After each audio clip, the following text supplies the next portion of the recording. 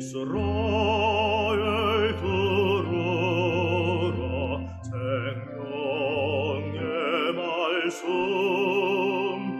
야훼님은 우리의 주님이시라. 참여 예수님 안녕하세요. 오늘 성경 맛들이기 스가랴 7장 1절에서 9장 17절까지 함께 읽겠습니다. 성부와 성자와 성령의 이름으로 아멘. 말씀은 바로 내 곁에 있고 내 입에 있고 내 마음에 있다. 주님, 성령의 빛으로 저희 눈을 여시어 주님의 길을 보게 하시고 저희 귀를 여시어 생명의 말씀을 듣게 하소서. 아멘. 성부와 성자와 성령의 이름으로 아멘.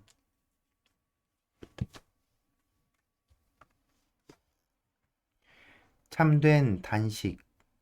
다리우스 임금 제4년 아홉째 달 곧 키슬레우 달 초 나흔날 주님의 말씀이 스가랴에게 내렸다. 베텔 사르에체르가 레겜 멜렉과 그의 부하들과 함께 주님께 은총을 간청하려고 사람들을 보내어 만군의 주님의 집에 있는 사제들과 예언자들에게 물어왔다. 내가 지금까지 여러 해 동안 해온 대로 다섯째 달에 애도하며 단식해야 합니까? 그때 만군의 주님의 말씀이 나에게 내렸다. 너는 이 땅의 온 백성과 사제들에게 이렇게 말하여라. 너희가 지난 70해 동안 다섯째 달과 일곱째 달에 단식하며 슬퍼할 때 참으로 나를 위하여 단식하였단 말이냐?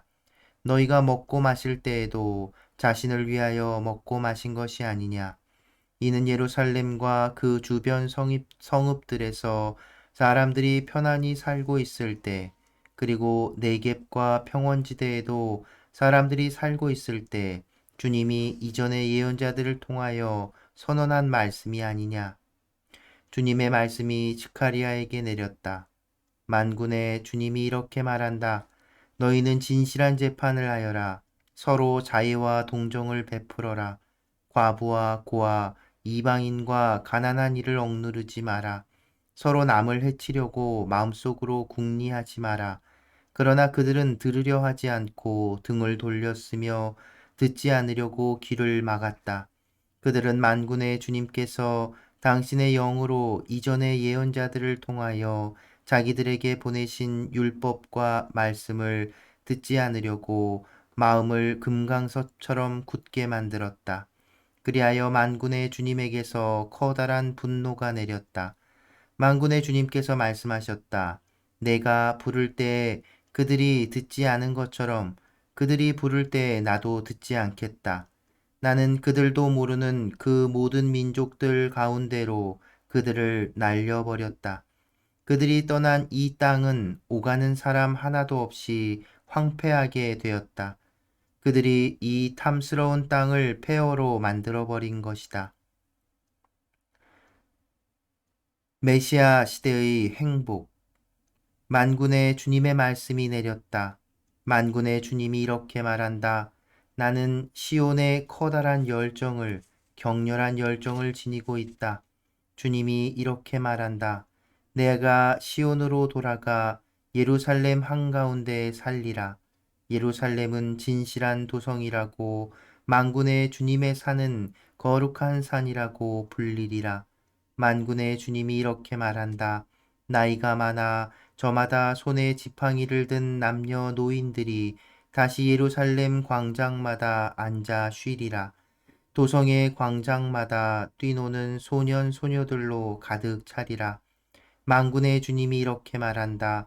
그때 이것이 이 백성의 남은 자들 눈에 신기하게 보인다 할지라도 내 눈에까지 신기하게 보이겠느냐? 만군의 주님의 말이다. 만군의 주님이 이렇게 말한다. 이제 내가 내 백성을 해 뜨는 땅과 해지는 땅에서 구해내리라. 나는 그들을 데리고 와서 예루살렘 한가운데에 살게 하리라. 그러면 진실과 정의 안에서 그들은 나의 백성이 되고 나는 그들의 하느님이 되리라.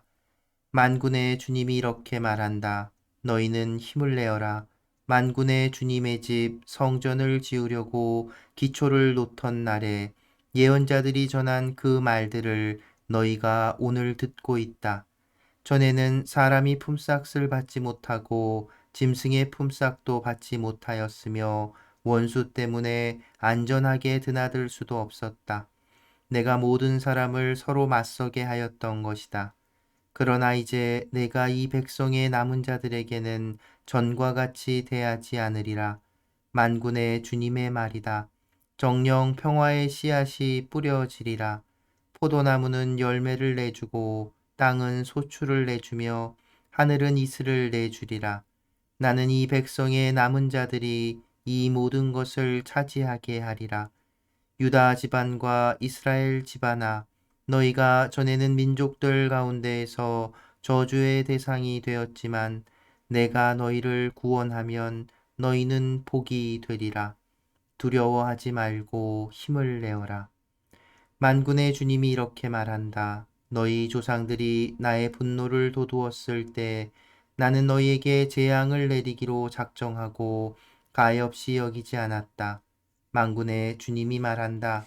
그러나 이제는 다시 내가 예루살렘과 유다 집안에 잘해주기로 작정하였으니 너희는 두려워하지 마라.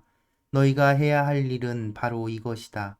너희는 서로 진실을 말하고 성문에서는 평화를 이루는 진실한 재판을 하여라. 남을 해치려고 마음속으로 궁리하지 마라. 거짓 맹세를 좋아하지 마라. 이 모든 것은 내가 미워하는 것이다. 주님의 말이다.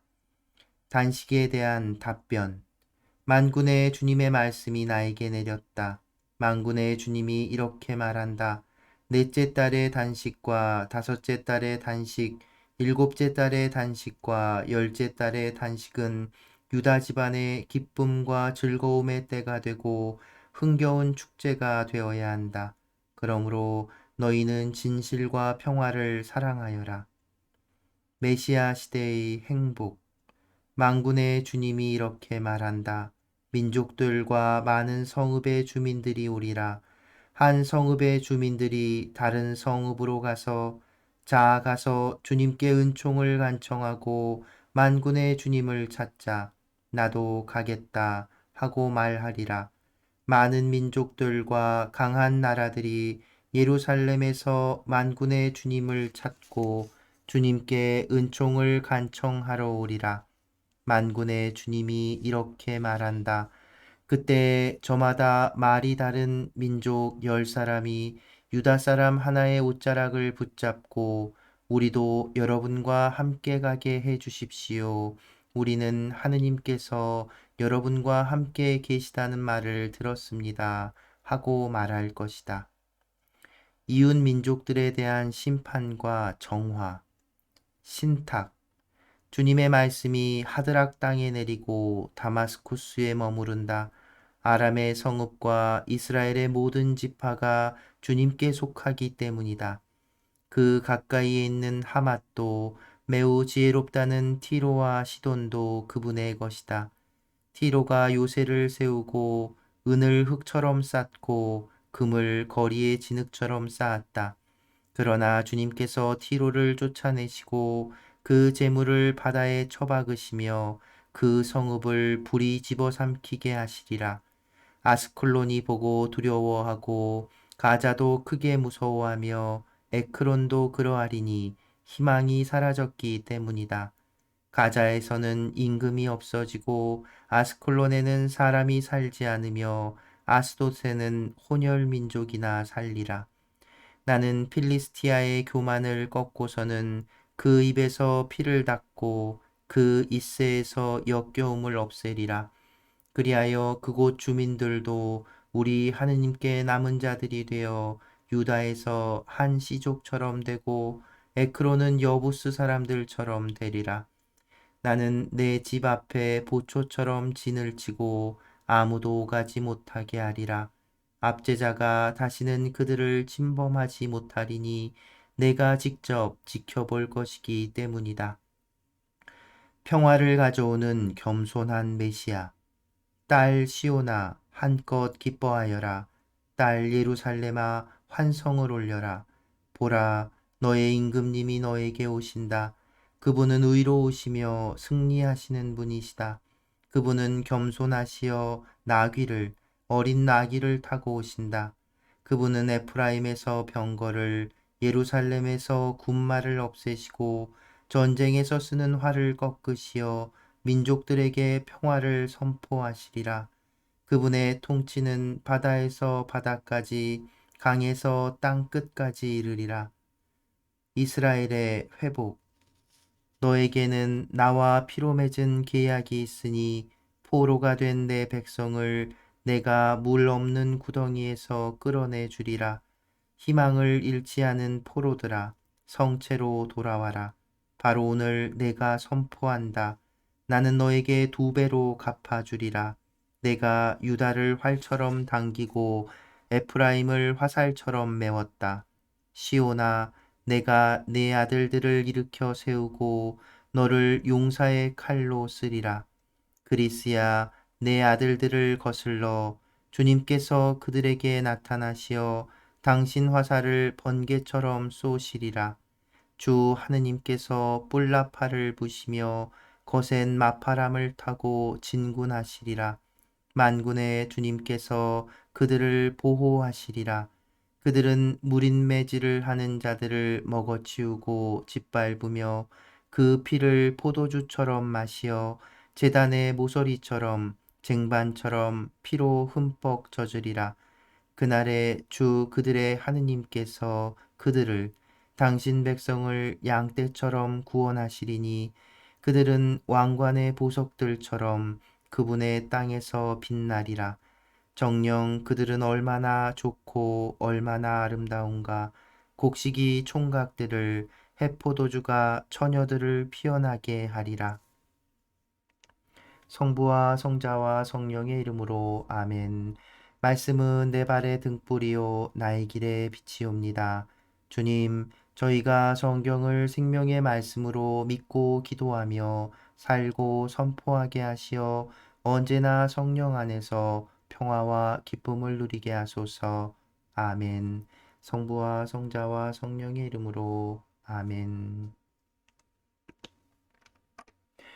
참 예수님 안녕하세요. 네, 오늘 드카리아서 계속 읽고 있습니다.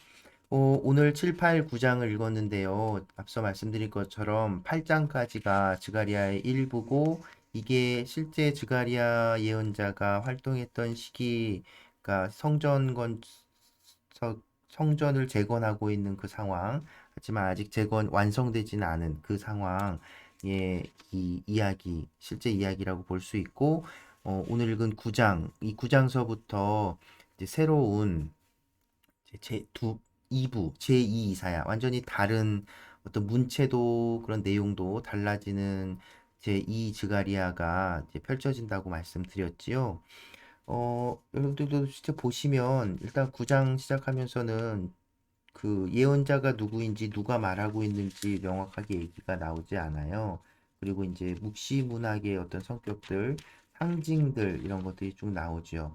그래서 많은 학자들은 이 드카리아서가 이제 열두 소예언서를 시작하면서 말씀드렸던 것 같은데 이 열두 소예언서는 각각의 책이라고 보기보다는 그 12개 어떤 그러니까 여러 가지 12명의 그 소예언자들의 이 단편들을 모아서 열두 소예언서라는 하나의 책으로 구성한 그 최종 편집자가 있다고 말씀드렸잖아요. 바로 이 9장 이하는 그 최종 편집 단계에서 이렇게 이 자리에 이 지금의 형태로 이렇게 자리매김했을 거라고 말합니다. 열두 소현서의 마지막이 말라기서인데 이 말라기서 역시도 그 시작이 이 9장, 스가랴 9장 시작하고 비슷해요. 그냥 신탁이라는 말로 누구 이렇게 시작을 하지요. 물론 말라기서에서는 이제 말라기를 통해 이스라엘에 내리신 주님의 말씀이라고 나오는데 어쨌든 뭐 이것이 정답이라고 할 수는 없지만 이제 즉가리아서에서 나오는 이 상이한 점들 이런 것들을 이제 설명하기 위한 여러 가지 시도라고 볼 수 있고 실제로도 열두 예언서는 전체가 어떤 하나의 구조를 이루고 있는 모습도 보이기 때문에 네, 그렇게 볼 수 있습니다. 어쨌든 그런 누가 쓰였고 언제 쓰여졌는지가 우리가 이 메시지를 읽는데 도움을 주기는 하지만 이제 그것에 막 이게 맞고 저게 틀리고 이런 학문적이고 주석학적인 것에 얽매이지는 마시고요. 그럴 필요도 없고 오늘 사는 우리에게 이 예언자들의 메시지가 하느님의 메시지가 어떤 의미로 어떤 목소리로 들려오는지를 찾아내고 그 살아있는 말씀으로 받아들이는 것이 우리에게 더 중요하겠지요. 네. 그래서 8장은 앞서 이제 실제 그 원래 드가리아서의 어떤 마지막, 그래서 8장으로 끝난다 해도 어색하지 않은 그런 내용으로 되어 있어요. 그러니까 7장까지가 그 환시를 두고서 환시가 하나님께서 이제 해주시는 이제 그 약속, 성전 재건을 통해서 또 두 명의 어떤 메시아로서의 어떤 두 예수아와 주룹바벨을 내세우고 그래서 하나님께서 이제 그 메시아를 통해 구원을 이루시는 그래서 성전이 대건됐을 때 그 당신의 영광을 다시 그 예루살렘에 또 이스라엘 백성에게 주시겠다는 어떤 약속이라면 이제 8장은 그것이 성취됐을 때의 모습이 어떠할 것인지를 보여주고 있는 거예요. 그러니까 드가리아는 실제로 그러면 성전 이런 드가리아가 예언한 그런 장면들을 봤을까요? 못 봤겠죠. 뭐 정확하게 알 수는 없지만 이렇게 유추해 보면 즈가리아 예언자의 활동 시기를 많은 학자들이 성전 건축 그 전까지로 보거든요. 그리고 즈가리아는 단지 그 가까이도 그랬지만 단지 성전을 새로 짓는 것이 목적이 아니었죠. 그 희망을 잃은 백성, 하느님이 계시지 않은 것 같은 긴 유배, 70년이라는 이른 해라는 긴 유배 기간을 겪고, 그리고 또 그 와중에서 돌아와서도 암울한, 정말 하느님이 좀 계시는 건가? 유배에 돌아오면 그것이 정말 구원이고, 이집트에서 탈출할 때처럼 그 어떤 강렬한, 그, 옛 조상들에게 전해지는 그 강렬한 체험을 바랬던 거예요. 근데 실제로 사실은 그런 일은 일어나지가 않죠. 그러기에 예언자는 그 희망을 잃은 백성, 좌절한 백성에게 희망을 줘야 했습니다. 그래서 하느님의 그 평화가 내려오면 어떤 일이 벌어질지 사실 우리에게도 익숙한 이런 행복 메시지를 남기고 있는 것이지요. 그리고 그래서 이제 9장 이후에 이제 마지막에 최종 편집자가 그런 어떤 희망의 메시지, 사실은 그 이후에 즈카리아 이후에 즈카리아의 이 예언이 온전히 그 믿었던 바로 급박 바로 다가오리라 생각했던 그 메시아 시대 주님의 날이 오지 않은 것을 체험하고 사람들은 더 희망을 잃어가는 그 상황이었죠. 그 상황이 사실은 예수님 시대까지 간 거예요. 그래서 이제 묵시문학이라는 걸 통해 상징과 그 신비, 감추어진 것들, 하느님의 감추어진 아직은 세상에 드러나지 않은 그 감추어진 것들을 통해서 사람들에게 희망을 주고자 했던 겁니다. 전에도 얼핏 얘기 드렸을 텐데 예언자들과 이 묵시문학은 똑같이 암울한 시대에 백성들에게 전하는 하느님의 메시지였어요.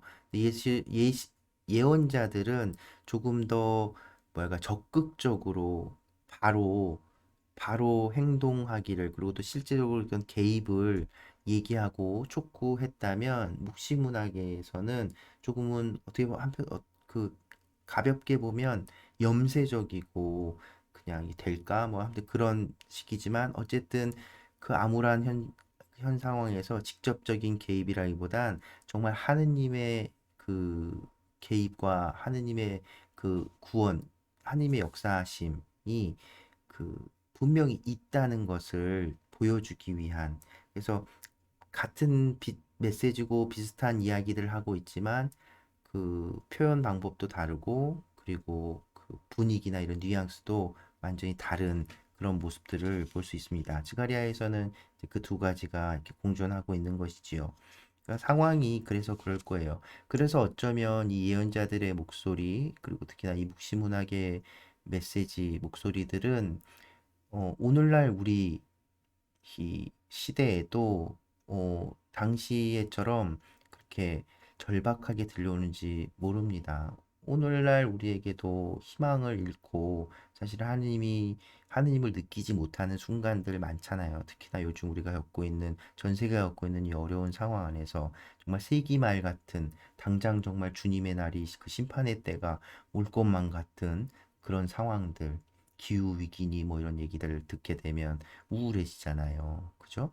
그런데 그것이 모두 끝이 아니라는 이 예언자들의 메시지, 그리고 또 스가랴 예언자가 전한 이 메시지는 스가랴 당대나 이 최종 12소연설 최종 편집한 그 시기까지도 완료되지 않았고, 사실은 이제 우리는 그것을 예수님께서 이 예언을 성취하셨다라고 고백하고 오늘날까지 그 예수님께서 다시 오실 날을 또 기다리고 있는 거죠. 그래서 9장에서 보면 이 메시아에 대한 이야기를, 메시아가 어떤 분이신지를 전하는데 뭐 분명하게 이렇게 전하지는 않고 어떤 메시아의 모습의 단상들을 이렇게 툭툭툭툭툭툭툭툭 던져요. 근데 그 중에서 우리에게 익숙한 모습이 나오지요. 뭐냐면 9장 9절 10절, 그 겸손한 메시아, 응? 너의 임금이 너의 것이다. 그분은 의로우시며 승리하시는 분이시다. 근데 그분은 겸손하시어 어긴 나귀를 타고 오신다. 그리고서는 군마를 없애고 활을 꺾고 평화를 선포하신다. 이사야 예언자나 다른 예언자들이 했던 그 메시아 시대에 도래할 평화의 그 이미지와도 맞닿아 있지만 이 새로운 또 표상, 나귀를 타고 오시는 메시아.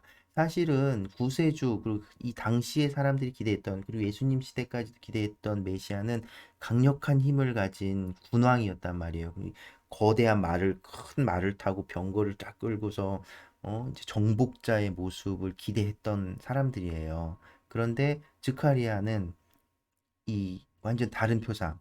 그래서 예수님께서 예루살렘 입성, 복음서의 사가들은 이 스가랴의 이 예언을 바로 예수님께서 성취되었음을 선언하고 보여주고 있는 걸 직접 간접적으로 인용을 하는 거예요. 예수님께서 나귀를 타고 예루살렘에 올라가시잖아요.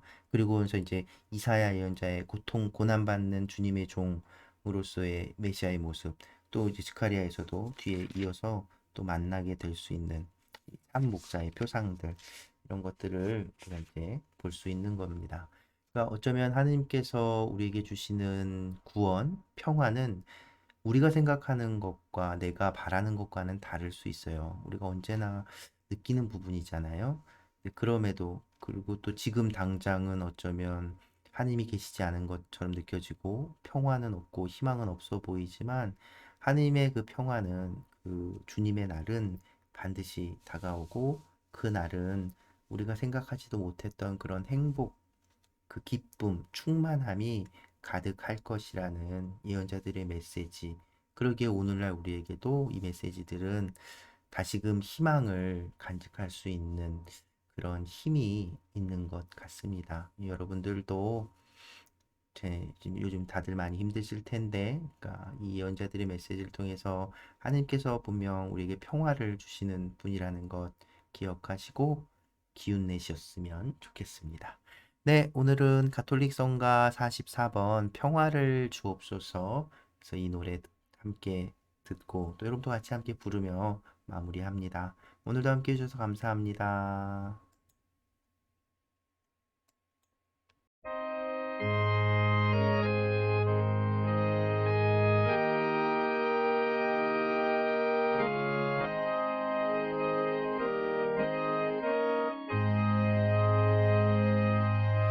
나라여 비여기소서 참 생명을 주시는 주 나 주님을 믿사오며 주님께 나가리